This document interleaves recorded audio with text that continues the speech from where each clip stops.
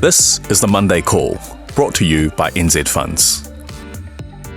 With a passion for the big picture and a top-down view of macroeconomics, this week we speak with Zoe Wallis, Chief Economist at Deloitte. This broad-ranging and thought-provoking discussion with Zoe covers the outlook for the New Zealand economy, along with what is needed to encourage more women into the finance sector. Before joining Deloitte, Zoe was Chief Economist at Kiwibank, a Director for the CFA Society NZ, and Financial Market and Risk Analysis at the Reserve Bank. We asked Zoe if New Zealand will achieve a soft landing. Why is it that the Reserve Bank's actions take time to have impact, and why consumers' expectations affect inflation? What is the Reserve Bank's dual mandate? And with so much local and international uncertainty, is she optimistic for the future?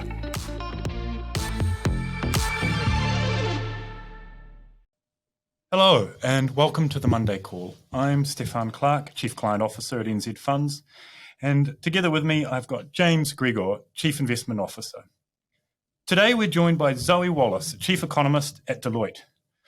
Before joining Deloitte, Zoe had an impressive career working internationally in New Zealand in roles such as the Chief Economist at Kiwibank, Director for the CFA Society of New Zealand, being responsible for leading women in finance, and a portfolio manager at the Reserve Bank of New Zealand. It's really great to have you here, Zoe, and we're very much looking forward to getting your take on the economy and where things are going. But before we kick into that, it would be, wonderful if you'd talk us through your journey so far, how you find yourself at Deloitte, and then what it is about economics that you love so much. Yeah, sure thing. So I started my career journey at the Reserve Bank as a graduate. So I think when you sort of leave university with an economics degree, the two main places that people end up tend to be the Reserve Bank and the Treasury. And I was lucky enough to end up at the Reserve Bank, which I really, really enjoyed. It was a fascinating time, actually, and I'm probably showing my age a little bit. But when I joined, I think within the first year, basically, the global financial crisis hit. And things got really, really interesting. And I was actually based, rather than in the economic side, in the financial markets team and actually doing financial market research. And I remember went on holiday. While I was on holiday, Lehman Brothers happened, came back straight into a new role doing market research. And it's interesting, you learn all these very theoretical models at university about how the economy should work. And then you live through a financial crisis and realize that a lot of those go out the window. And actually, a lot of it's down to human behavior and risk aversion and fear to some extent. In terms of how the markets reacted and what the sort of contagion effect from Lehman Brothers really spilled over into lots of other areas. So that was a really fascinating few years, baptism by fire. I then headed off on the traditional, UK OE thing and ended up doing a couple of contract roles, still in financial services over there, before coming back to portfolio agent management role at the Reserve Bank again.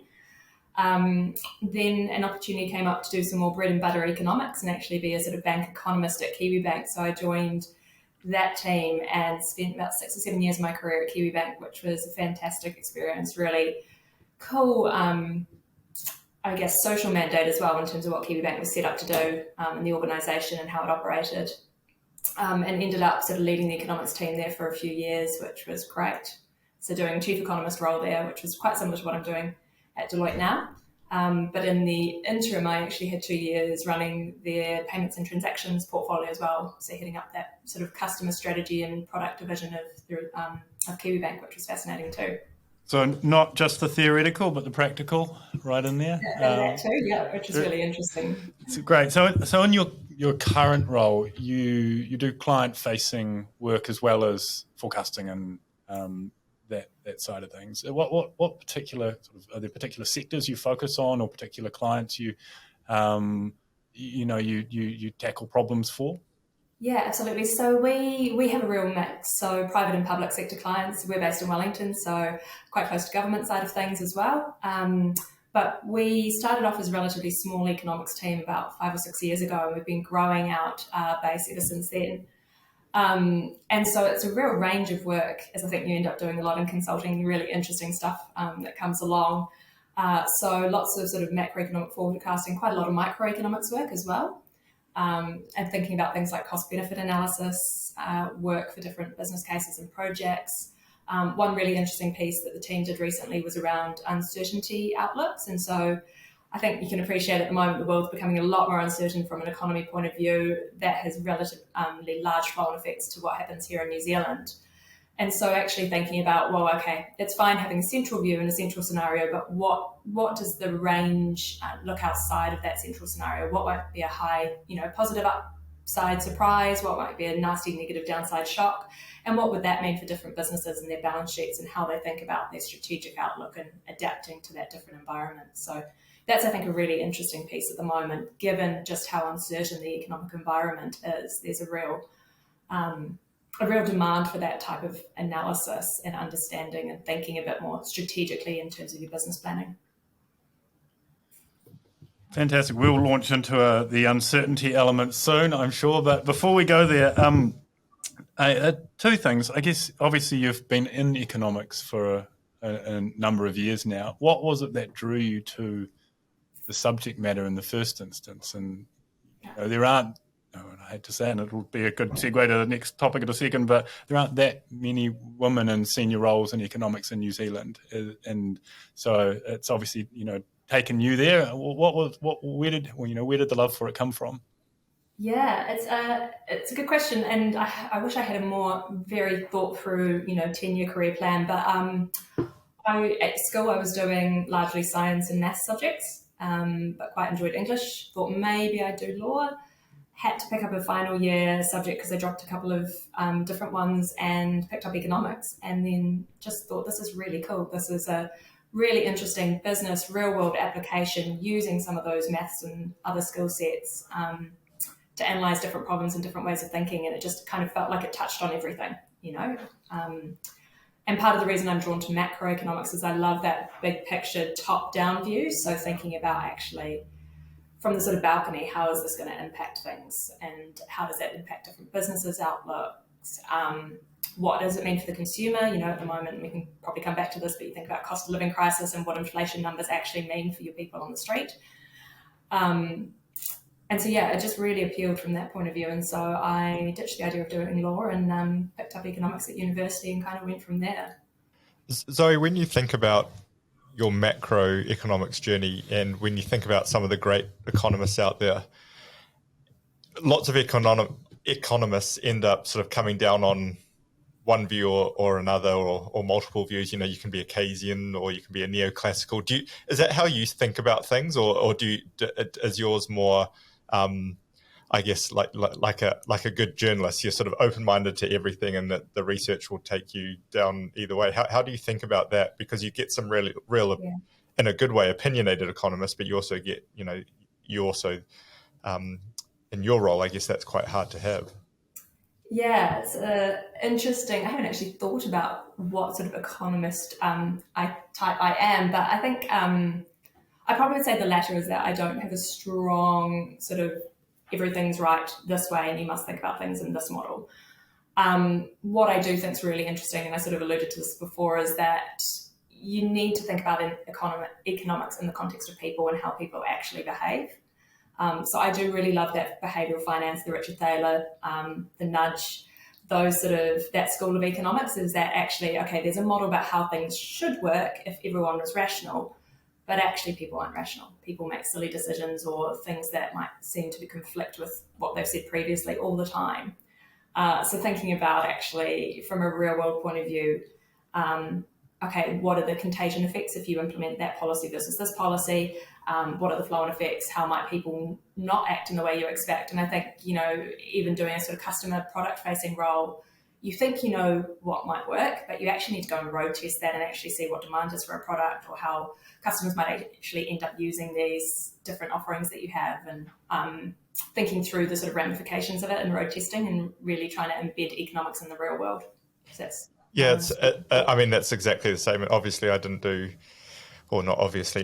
economics, which I'm always very quick to point out. But when you're studying finance, there's one thing sitting in a room exactly and learning about how the world should work and your DCF valuation of some company and its long-term cash flows. But in reality, a lot of share prices are affected by human behavior and management teams and politicians and that sort of thing.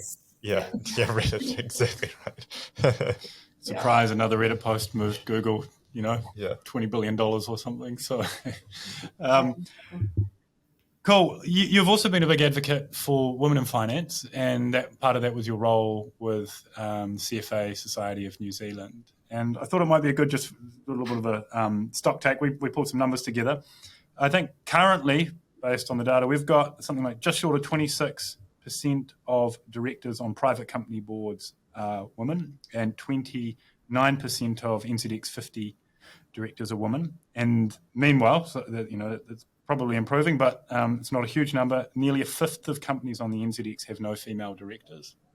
And so that sounds pretty dire. But on the other hand, in public sector boards and committees, apparently 53% of directors and committee members are now women, according to the Minister for Women, Jan Tinetti. So how have you thought about, I guess, advocating for this in the broader community and encouraging participation and as part of your role at the CFA? Yeah, it's an interesting one. And when we started thinking about it from the CFA point of view, it was kind of a question about at what point down the sort of career spectrum you ended up needing to intervene. And what we found was that often the problem was people leaving school hadn't done enough, hadn't picked maths subjects or hadn't picked the right things to then get them on the path. So even if they were doing a commerce degree, they might not have enough maths to do an econometrics paper, for example. And so it was almost you needed to go right back to school age. And I think, there's some great programs happening, banking around financial literacy and understanding being one of them, and KiwiBank partners with them to help support that. And then the other piece is just thinking about, okay, how do you get more females studying STEM subjects, basically? Because I think that's a natural flow on to being, to a career in finance from some point of view. So if you look at the stats at uni around commerce, women in commerce, they actually look pretty good. But when you deep dive into which streams of commerce those females are taking, that's when you start to see the discrepancies arise, and you don't see 50-50 splits in subjects like finance or economics. It is getting better, and I think it has improved since I went through. But it's definitely still a work in progress. And I think, part of it's role modelling. We've got some great senior female economists now in New Zealand. Sharon Zollner's at ANZ. There's more senior CEOs on the bank boards now, bank leadership now as well. So that's been a great thing to see in terms of just that role modelling piece. But I do agree, boards is still an area where we need to see more change. And it is happening, but it does feel slow, right? It's also that pipeline as well. You need more women in senior positions getting the right experience to then move into board leadership roles. I don't think there's a quick fix, but I think, role modelling does play a really huge part in it. But then on the flip side, if you look at things like accounting and law, which used to be male-dominated, hugely male-dominated 20 years ago, you now see more female graduates come through law. And accounting's, I think, about 50-50 nowadays as well. I went through law school, and I think it was 60 in my contract class. The numbers were done over, it was 63% females and 30, whatever the difference is, 37% males. And so I was severely outnumbered in that one, but, it's a very small group of people, really. Yeah. I mean, law's actually started to flip the opposite direction. You've got more females than males, right? Yeah. So, those industries have seen a huge amount of change, and that's really positive. Obviously, it's still taking some time, I think, to come through when you look at, senior partners at law firms, general counsels. So it's a slow burn.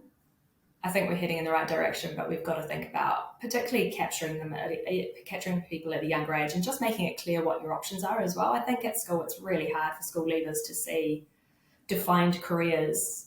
And there's so many roles you don't understand or don't hear about or don't know about until you get out into the workforce. And therefore, having the foresight or having the insight to be able to say, actually, that looks really cool and I'd be interested in doing that. How do I get there? Yeah. Cool. Well, I mean, work to be done, but hopefully it is heading in the right direction. Yeah. All right. The world faces a wide range of economic headwinds currently, and uncertainty on many fronts. I guess at a really top level, what's your view on us achieving a soft landing, so to speak? And great question. So still our central view is that New Zealand would probably avoid, certainly in last year's recession, possible technical recession. You might see 2 quarters of negative growth, but pretty mild. Our core view is still that we avoid that and that we sort of engineer a softish landing in the next couple of years.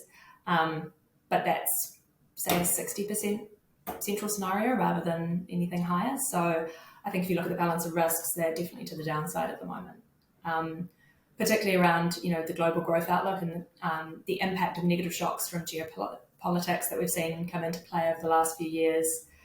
How far will central banks tighten and how quickly will they be able to respond once they see inflation coming off? Because the tricky thing about monetary policy, right, is it operates with a lag. So we've had a huge amount of tightening from almost every single global central bank. But that takes time to come through. And you're seeing this in New Zealand at the moment, right? Is we started tightening just over a year ago. We've gone from 0.25 to 3.5. We expect another 75 basis points at the November meeting next week from the Reserve Bank. So that's taking you to 4.25. That's 400 basis points of tightening in quite a short time frame. People are on 1 to 2 year fixed mortgages. People starting to roll off, doubling their interest rate, right? So it does take time to feed through, but we're expecting it to start really hitting. And it's interesting when you look at, the cost of living and consumer spending. Consumer spending's actually been holding up relatively well to date, but you can start to see the mix of that's really changing. So people aren't going and splurging on new cars and TVs and lots of DIY anymore. People are actually ending up spending more money at the supermarket and the petrol pump. When you think about the choices of the Reserve Bank, I guess you got sort of a view of it when you were working for them, with them, but I guess there's, from this point forward, there's two tracks they can go. You can, or any central bank, not just the Reserve Bank of New Zealand. It's do you continue to be increasing rates aggressively because there might be a lag effect, but at the moment inflation's still high and employment's still really low, and so it's hard to get it down. But you might overdo it, and in which case you potentially cause a recession because of it. But then I guess you can flip the other way and start reducing. Or the other one is to pause a bit and see how it plays out. I guess the risk there is that you haven't actually controlled it and then you're playing catch up again.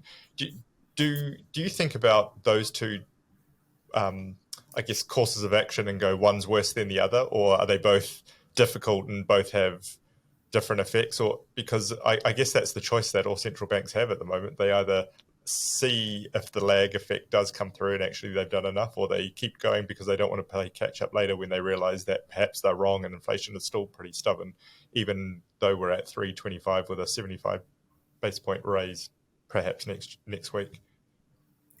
Yeah, absolutely. I think one thing that's been quite interesting to watch here, and there's two factors that the Reserve Bank's probably quite concerned about. So one is wage growth, and that's really accelerating at the moment.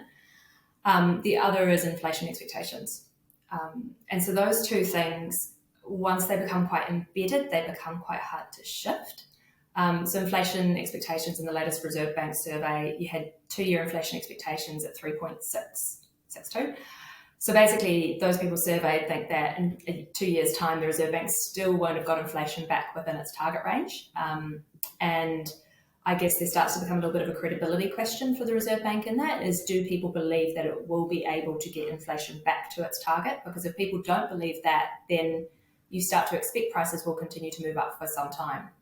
And then if you expect prices to continue moving higher, well, I'm more likely to put my shop price up, I'm more likely to grant people wage increases, and therefore that becomes embedded in inflation. So the longer that your expectations remain elevated, the longer inflation is likely to last and the stickier that it is.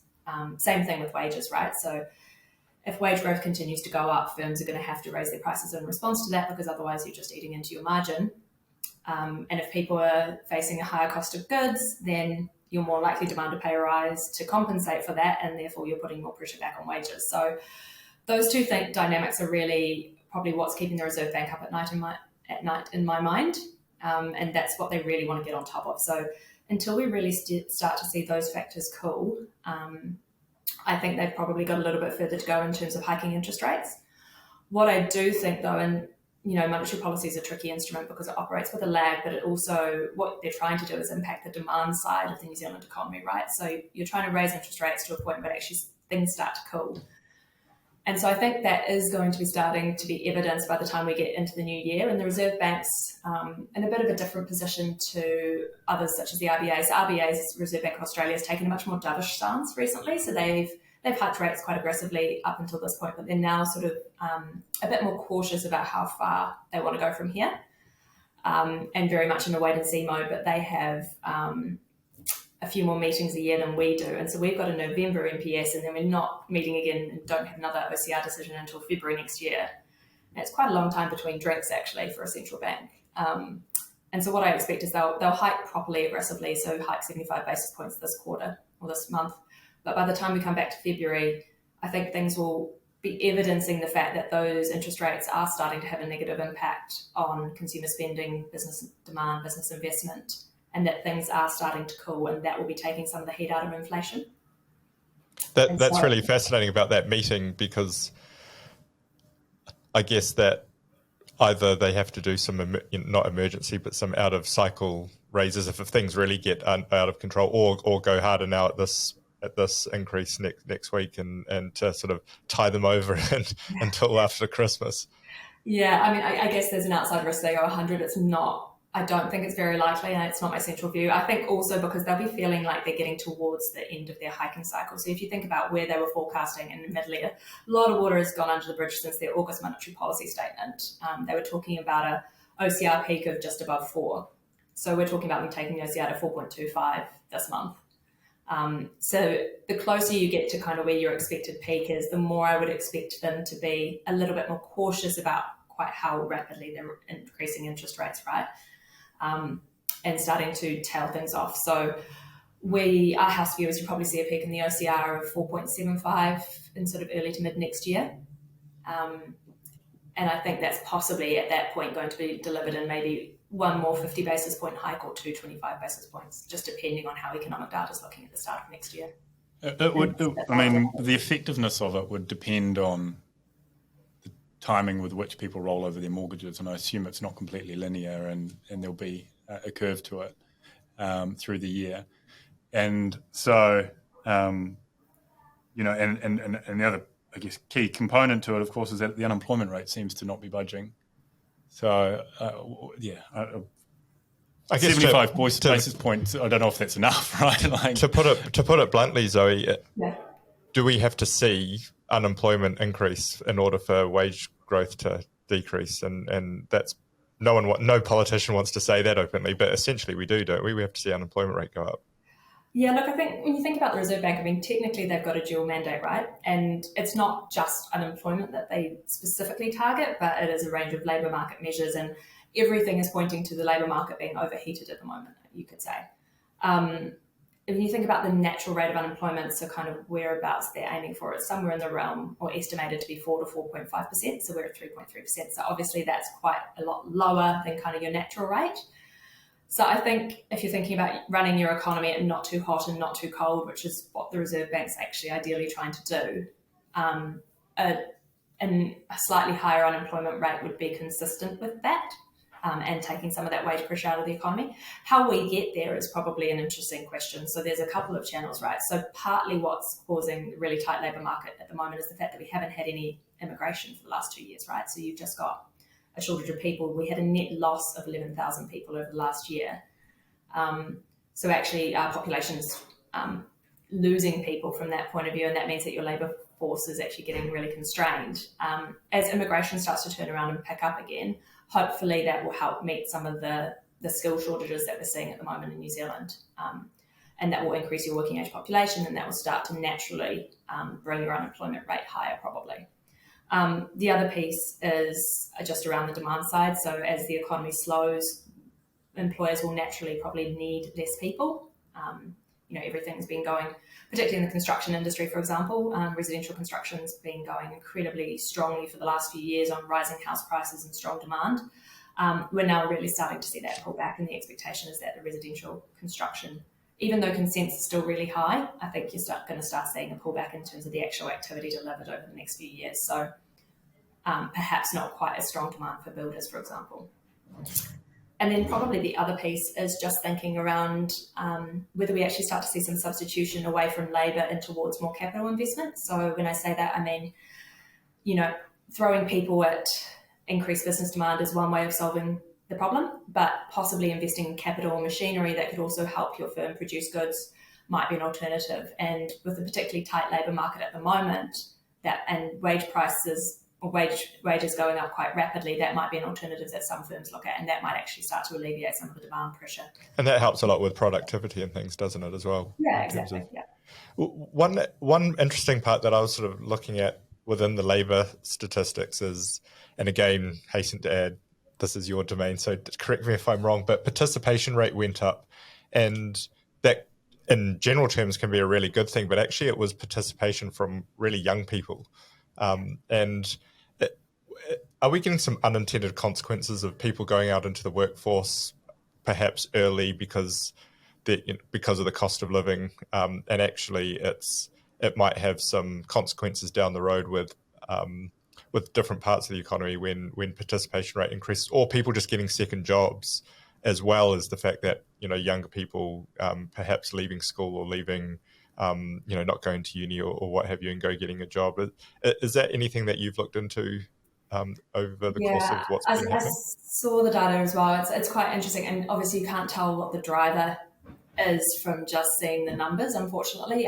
It's hard to tell if it is people, family pressure and cost of living is going up, we need you, my 16-year-old, to go out and get a job to help support family, or whether it's actually partly, people are just being attracted to the labour force by relatively high wages. Because wages are high, strong demand, right? Yeah, I think, you look at, particularly in the hospitality industry, there's a real lack of staff. So I think possibly what you've seen is some substitution away from international visitors and tourists coming in and working for a year or so in the hospo sector to younger people in New Zealand being drawn into that industry because there's just really strong demand and we can't find people. One of the interesting things actually in the participation stats was also looking at more older people staying in the workforce as well. And female workforce participations hit a record high, which is really interesting to see and quite cool. So it's the golden age for school leavers, really, isn't it? What's that? It's the golden age for school leave.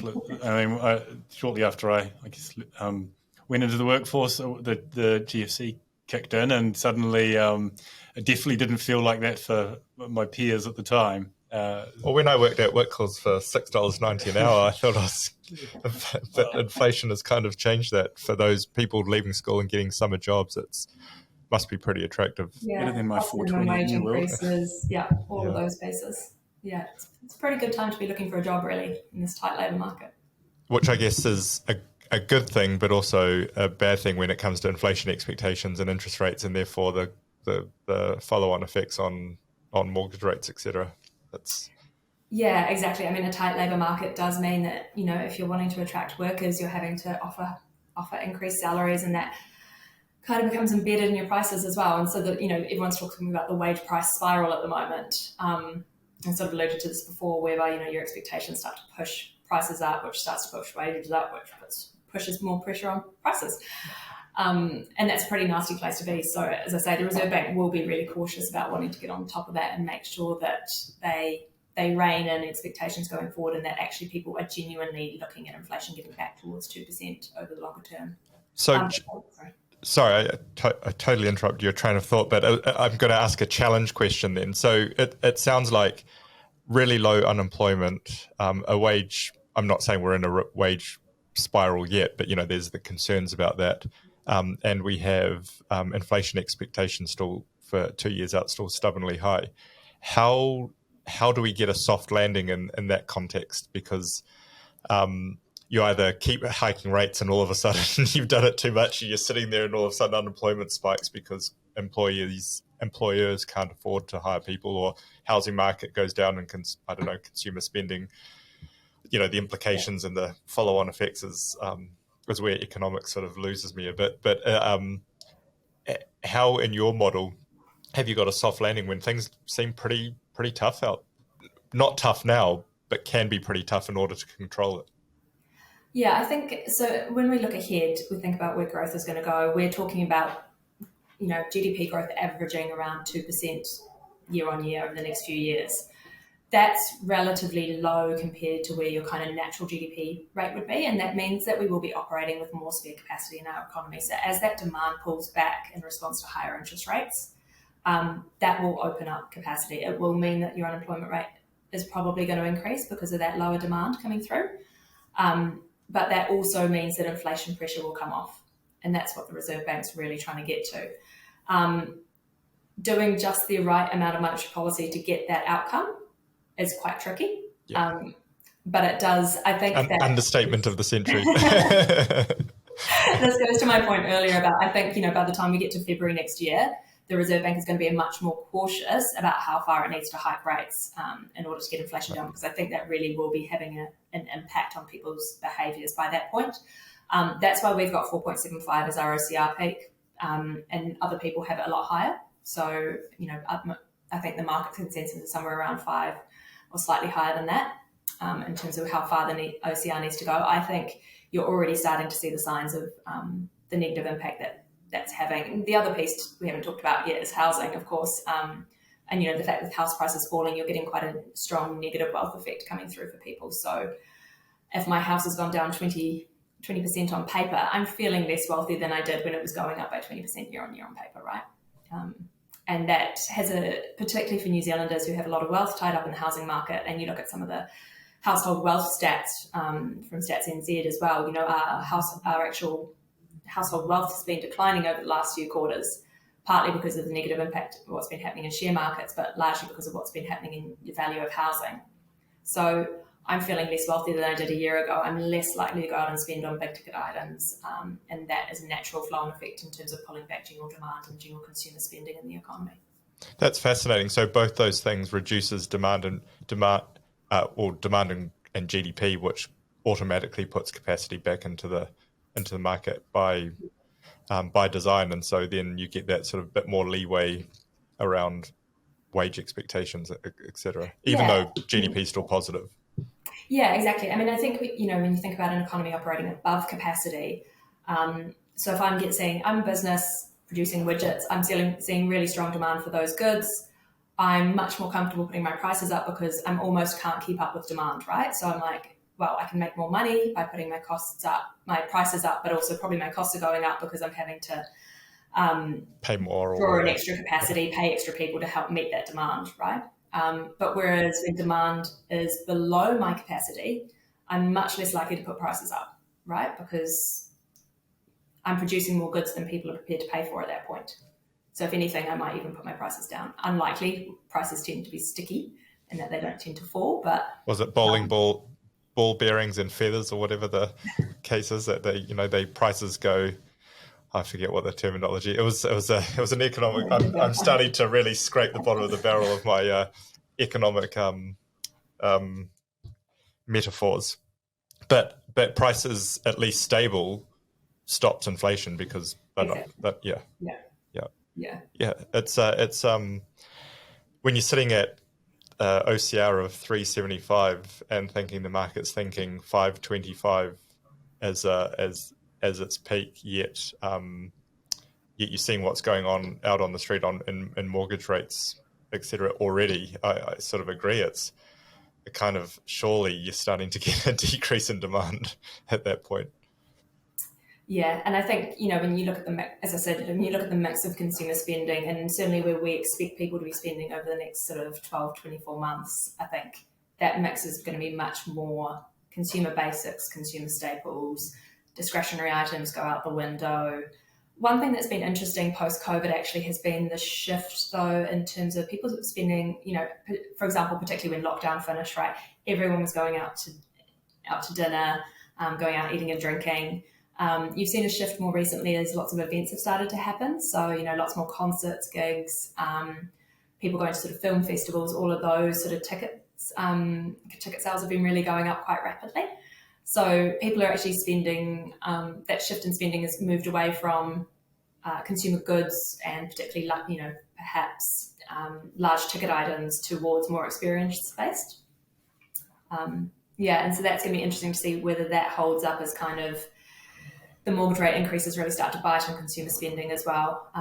The other positive impact, though, for the New Zealand economy is we have seen tourism come back over the last 6 months. So that's, it's not a huge wave as yet, but it is really starting to come through, particularly in some of the data. So tourist arrivals, with the resumption of cruise ships coming through. big boost to local economies from that as well, which is a piece of our economy that's been missing for the last 2 years. And we've actually managed to survive despite that being missing, partly because New Zealanders couldn't travel overseas as well. So that 10K, 5 to 10K you might have spent on an overseas holiday is being used Spent to buy on a the new spa car pool. or a TV. What's that? I'd spend on spa pools apparently. Yes, Cold, that was another big one. Yeah. And yeah. helicopters. So when we think about tourism, does that what another interesting stat that I read, I think it was during COVID, was the percentage of the workforce that is backpacking holiday visas. People come here under 30 workers that come on the 2-year holiday visa, and I guess increasing in tourism does perhaps help with that, because you come over here for a holiday and go, actually, it's quite nice here. I might stay, if you're under 30, I might stay a little while and get a job in a bar or in a restaurant or whatever, so I can afford to live here for a bit. Is that the way that you look at the immigration vis-a-vis tourism, or are they quite separate? No, there certainly is a little bit of that. I think what's going to be really interesting is what comes out of the MB's consultation around immigration settings at the moment. I think what we saw was, prior to COVID, there was a lot of discussion around over-tourism and really high immigration. Those obviously both got completely switched off during COVID, and it was kind of a bit of an opportunity for us to think and reset how we want to approach that going forward. What's becoming apparent at the moment is that we are screaming for labour, and probably some of that is what we're going to need to import from overseas. So I think if you talk to any business, their number one concern at the moment is labour shortages and staffing. So we can't instantly conjure up a pool of more workers from New Zealand. So we need to think about what our immigration settings are going forward and making sure that they're the right areas we're growing in, meeting demand and helping local business through that.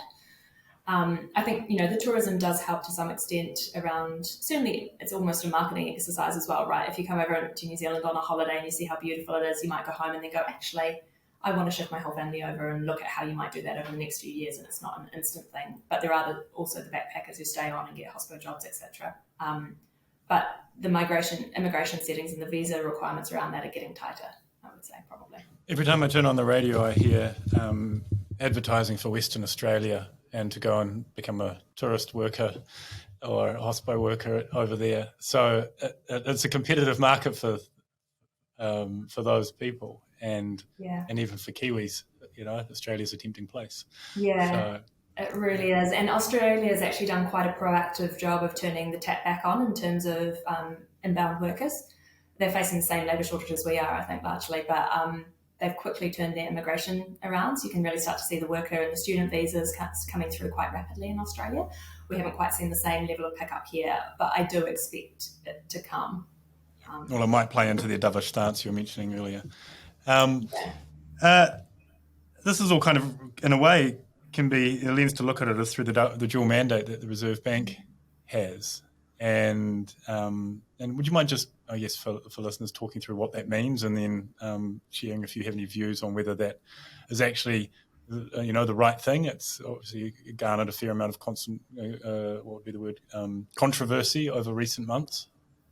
Yeah, sure. So when we say dual mandate for the Reserve Bank, what it used to be was that the Reserve Bank was solely charged with keeping inflation between 1% and 3% and ideally around 2%. That sort of shifted actually quite incrementally over years where, then it was a financial stability mandate as well. There was talk about, not, I can't remember the exact terminology off the top of my head, but, around asset prices and having consideration for what monetary policy and how that impacts the housing market or asset prices more generally. And then we had the addition in the last Reserve Bank Act of a dual mandate around trying to keep the labour market not too hot and not too cold is probably the easiest way of putting it. But what it essentially means is they look at a suite of labour market indicators, but probably from an unemployment rate point of view, as I mentioned, around 4 to 4.5% is around that not too hot, not too cold point of view. So typically, hopefully, inflation and the labour market do tend to act sort of hand in hand in step. We haven't actually really encountered a point where those two things have been in sort of contradiction with each other as yet. So if you think about it, at the moment, we've got really high inflation and really low unemployment, really tight labour market. So your natural response to either of those things would be to raise your OCR. and that's what we've got happening at the moment. It does mean the Reserve Bank's got to keep in mind a wider range of factors and when it's looking at monetary policy and where things are going and heading in the future. I think when you think about the labour market, it was always implicitly in their considerations about where inflation was going, because that was a big driver. But it's just made it really more explicit, and it's quite a common thing. So the Fed has a similar mandate, the Reserve Bank of Australia have a dual mandate as well. So it's not hugely controversial in terms of the way it should operate. If it does get to the point where those two things are at quite opposing angles, then it'll become a bit more interesting. I think probably from a general public point of view, though, there's probably less understanding around what that unemployment or the employment labour market mandate means. So people kind of get inflation. So CPI between 1% and 3%, ideally at 2%. That's what the Reserve Bank's aiming for. But there's no kind of one number on the employment side. As I say, it is a suite of kind of how tight or how loose the labour market is. And the Reserve Bank do publish a range of those indicators. But if I ask the layperson on the street, what does the Reserve Bank have to do with employment? I think probably most people would say the lower the unemployment rate is, the better, which is not actually what their mandate is, unfortunately, which does create tension from a political point of view, as you can have seen in the media recently, right? As no one wants to think about an unemployment rate going higher. But unfortunately, that might be the end result of the fact that we have a really tight labour market at the moment, and we need to get inflation back under control. Yeah, the government's books are looking pretty good at the moment from most people's accounts, and at the same time, you've got obviously inflationary pressures across the board, but spending is set to continue, and there's a bunch of initiatives underway that they're looking at. How do you think about government spending during times like this, and what happens when you know it's going to inflame or add fuel to the fire potentially with some of the initiatives? Or just ask Elizabeth Truss, for example. Yeah. But on the other hand, some of them are really important projects. Transport, the transition to cleaner energy sources, obviously investment in education, those types of infrastructural spends. How do you think about it? Yeah, sure. And I might go back a step to kind of what happened during COVID.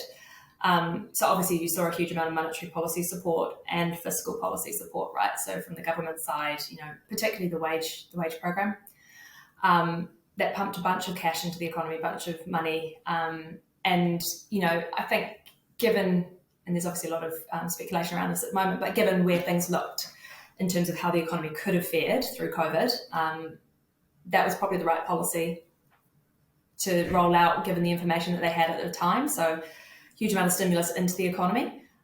What you're seeing now is that largely most of those government programs have rolled off, the last one being the transport subsidies that kick off, I think, come off in January. And that's pretty much the end of kind of the emergency support policy settings that we had in place through COVID. Then it's much more moving back into a BAU operating environment. And I think, New Zealand's facing quite a large scale infrastructure deficit. There's a lot of work that needs to be done. And part of this goes back to that migration story as well, is that we had a huge population influx and we weren't really planning or accommodating that in our infrastructure planning at that point. And immigration, can be very volatile, and we've seen that historically. But given where things got to in terms of the net additions of people, our population was growing at above 2% year on year, largely due to immigration. We hadn't quite planned for that. And so we're now sort of catching up on that infrastructure deficit, and there's a lot of work that needs to be done and a huge number of projects still ongoing. And so I think from that point of view, that's a good thing, to be honest, because actually, hopefully government can help smooth through some of those demand shocks that we might see over the year ahead, because they've got a strong pipeline of civil construction that's going to go on for the next 24, 36 months plus some.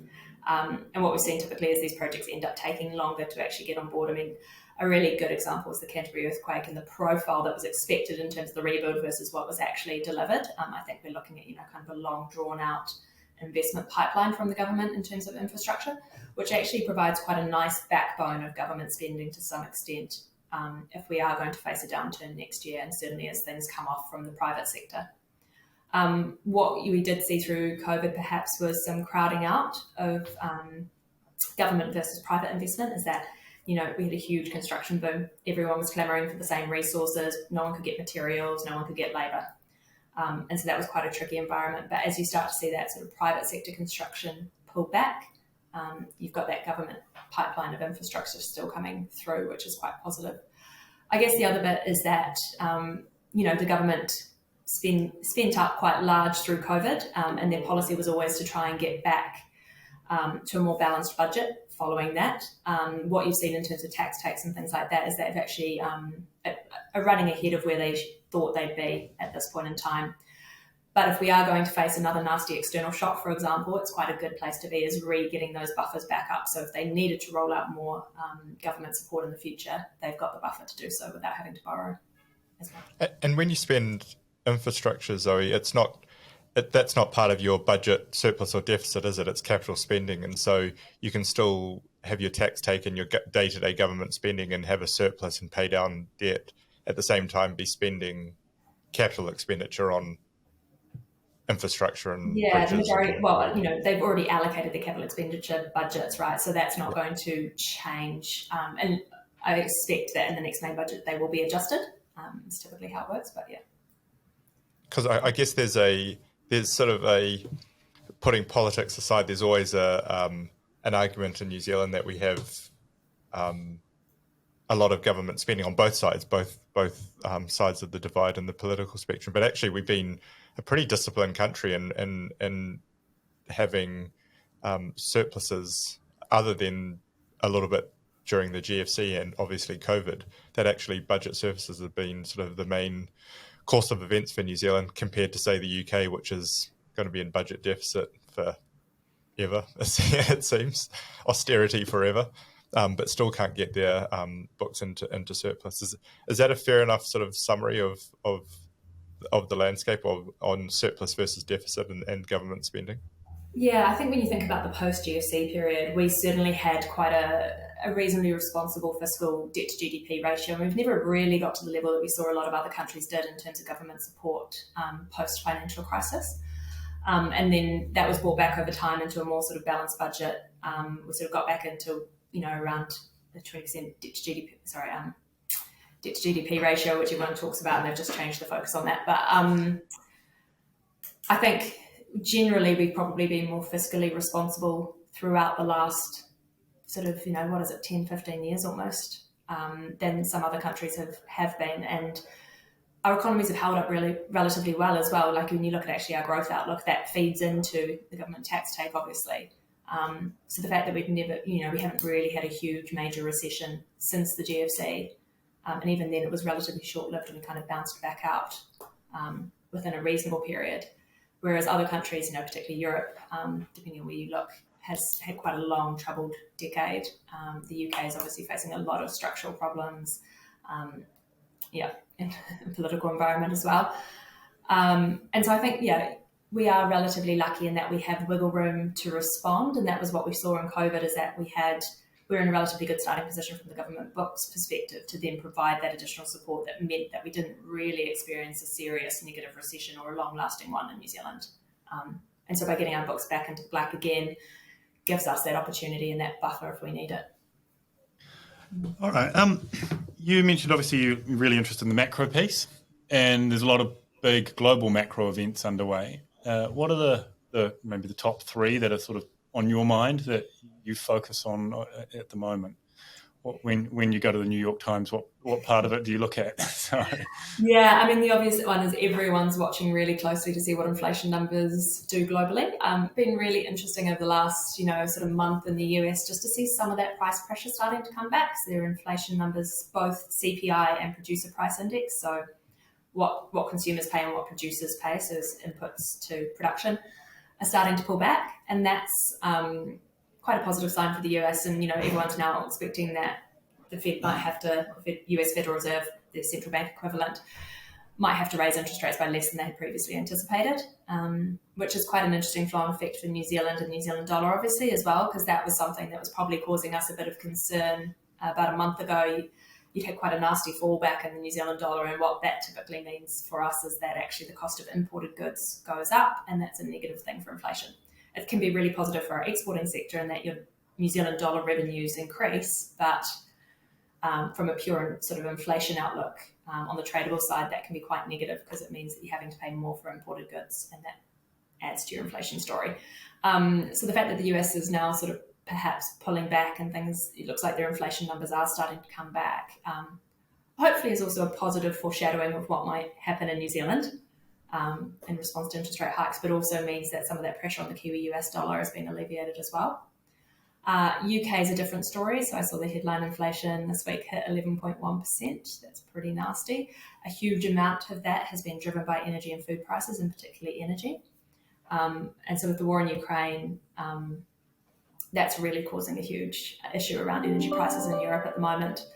I think one of the interesting things just from a longer term trends point of view will be in response to what we've seen over the last couple of years, whether people start onshoring production of energy and food in particular, and probably tech, which you've seen happen in the US as well. So the sort of deglobalization trend really coming through, and people, doing trade theory at university, and I haven't done probably much since, but you think about comparative advantage and people specializing in what they're good at producing, and that was kind of how the world economy was built, and everyone was just importing goods from comparative better producers. So lots of, imported goods from China because they were better at manufacturing than a lot of other countries were and could do so at a relatively attractive price point. You're now starting to see some of that reversed, I think, as people get much more cautious about being reliant on offshore countries for production, particularly of kind of acute, really high demand goods, so energy and food being two of them. I think that's so fascinating, Zoe, because Yeah. look, I'm a massive green energy advocate. So just for the record, before my next comment, but the stopping of exploration of, say, natural gas in New Zealand is an interesting one, because the reason our energy prices aren't high in New Zealand is because we at the moment have our own gas, don't need to import it, but we've stopped exploring for it, and so we do become more part of the global market over time, and that's an interesting decision for any government to make on the, you're in Wellington, you probably see this every day, but the way up between making inroads into climate change at the same time as security of supply of energy is, in the end, if people's energy prices go up, what is it, 90%? My mum, who lives in the UK, was saying from April. That is tough on the consumer, no matter how much you want the climate change to be sort of dealt with. And the winters are cold. Yes. Yeah, look, I think that's a really interesting point, James. And I think, over the last few years, as economies have been performing well, even through COVID, you've seen that really focus on greening of energy supplies and, greening of economies generally. What I worry about from that point of view is when the going gets tough and, people in Europe and the UK are going to be facing a recession probably, whether those agendas start to be sidelined because actually I'm just trying to heat my house and I can't afford to pay 3 times what I used to. And so that becomes that sees sort of the green energy push really sidelined, perhaps in sort of at least hopefully only in the short term. But I think that's a really big risk, is that everyone falls back to what's cheap and available rather than paying a premium. In the end, people do what's sort of the immediate relief for their families rather than necessarily the longer term effects when the stress comes on.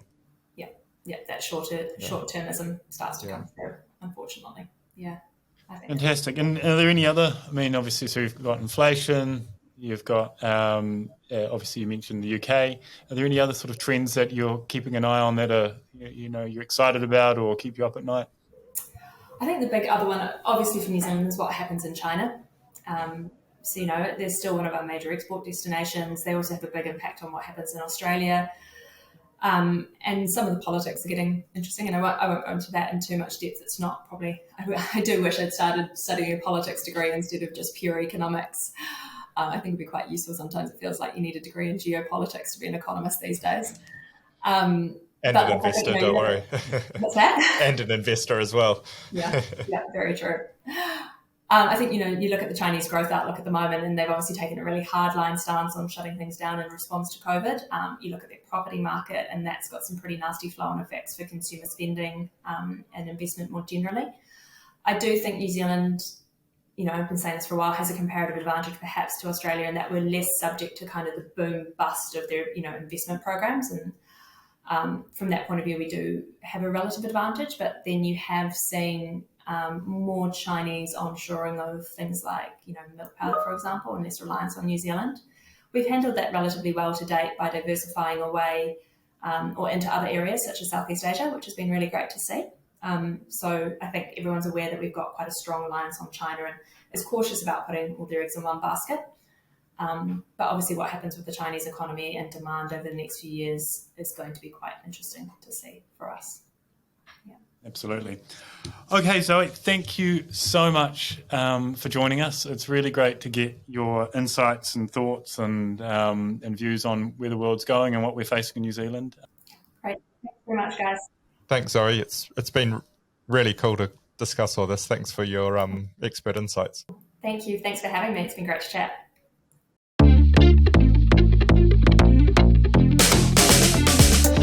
This has been the Monday Call, brought to you by NZ Funds.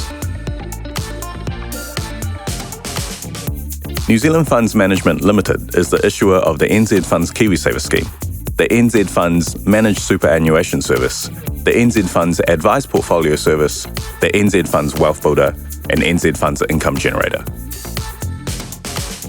A product disclosure statement for each is available at nzfunds.co.nz. Past performance is not necessarily an indicator of future returns.